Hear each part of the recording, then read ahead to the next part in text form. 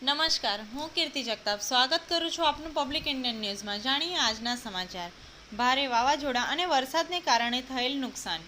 આણંદ જિલ્લામાં ગત રોજ હવામાનમાં અચાનક પલટો આવતા જિલ્લામાં શહેરી વિસ્તારમાં તથા ગ્રામ્ય વિસ્તારમાં ઘણા રસ્તાઓ ઉપર ઝાડ પડી ગયા હતા તથા ઝાડની ડાળીઓ નમી જતા લોકોને અવરજવર માટે મુશ્કેલી ઊભી થઈ હતી।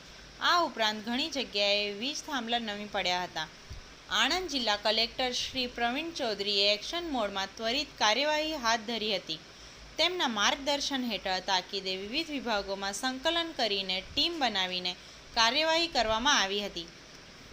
મકાન વિભાગ, ફાયર વિભાગ, વન વિભાગ, વીજ કંપનીની ટીમ બનાવીને સંયુક્ત રીતે કામગીરી હાથ ધરતા જે રસ્તાઓ પર ઝાડ પડ્યા હતા તે રસ્તાઓ યુદ્ધના ધોરણે 8 જેટલા જેસીબી મશીનનો ઉપયોગ કરીને રસ્તા પૂર્વવત કરવામાં આવ્યા હતા। ભારે વરસાદ અને વાવાઝોડા જેવી પરિસ્થિતિમાં આણંદ જિલ્લામાં વિવિધ તાલુકાઓ કુલ 67 જેટલા વૃક્ષો ધરાશય થઈને રોડ પર પડ્યા હતા, જેને તંત્ર દ્વારા તાત્કાલિક ધોરણે દૂર કરીને રસ્તાઓ વાહન વ્યવહાર માટે ખુલ્લા કરવામાં આવ્યા હતા। આજના સમાચાર અહીંયા જ સમાપ્ત થાય છે। જોડાયેલ રહો પબ્લિક ઇન્ડિયન ન્યૂઝ સાથે।